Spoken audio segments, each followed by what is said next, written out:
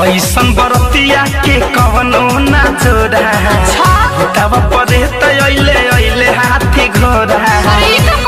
अरे सखी अरे दुल्हा के करिए लगता हो ऐसन बरतिया के कवनो ना जोड़ा भूतवा परे तो अइले अइले हाथी घोड़ा। सबसे हटके तो इनका चाल ढाल है तेरा दुल्हा कमाल है सबे के बोले जय माल है छाउर दुल्हा कमाल है हीरो है हीरो। बोला बोला देवघर वाले बाबा की।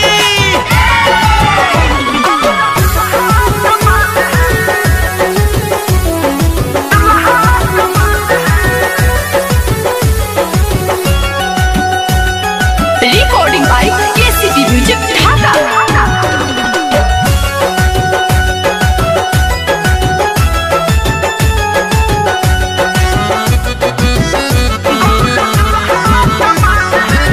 नहीं फॉर्च्यूनर ना टाटा सफारी बा बस के कह के आइल सवारी बा। पूरा कंजूस से बका सखी। नहीं फॉर्च्यूनर ना टाटा सफारी बा बस के कह के आइल सवारी बा। पूरा बहु रहे बका भसम भभूत पूरा देहिया लगवले माथे पे अपना चंदा सजवले बड़ा सुनर सुनर लटरा उनकर बाल है छारा दुल्हा कमाल है भले सबे के बोले जय माल है चोर दुल्हा कमाल है कमाल है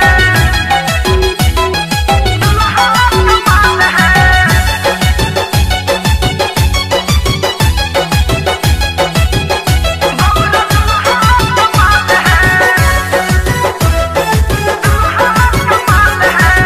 केहू के लागे नहीं उनका नजरिया हो दुल्हा तोहार लागे कजर से करिया हो।